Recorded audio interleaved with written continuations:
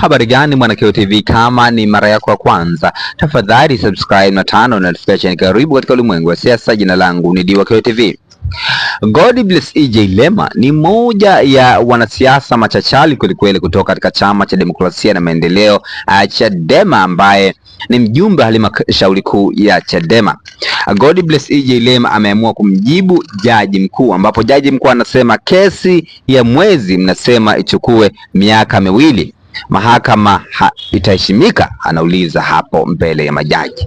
Lakini Godbless EJ Lema naye amekuja kumjibu kwa ujumbe mfupi hapa katika mtandao wa Twitter, na nukuu maneno ya Godbless EJ Lema. Godbless EJ Lema anasema kauli za jaji mkuu zinahitaji kuendana na uzito wa nafasi yake ya kikatiba.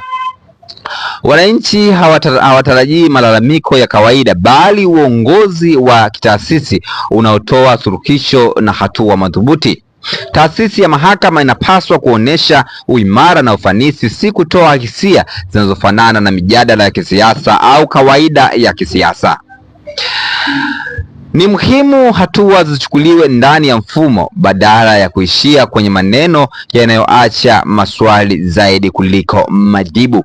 Mwisho kunukuu maneno ya Godbless EJ Lema. Jina langu ni Keo TV. Una maoni gani kwa hichi ambacho Godbless EJ Lema amekizungumza? Godbless EJ Lema anasema kauli za jaji mkuu zinahitaji kuendana na uzito wa nafasi yake ya kikatiba. Wananchi hawatarajii malalamiko ya kawaida, bali uongozi wa taasisi unaotoa suluhisho na hatua madhubuti. Taasisi ya mahakama inapaswa kuonesha uimara na ufanisi, si kutoa hisia zinazofanana na mijadala ya kisiasa au kawaida ya kijamii.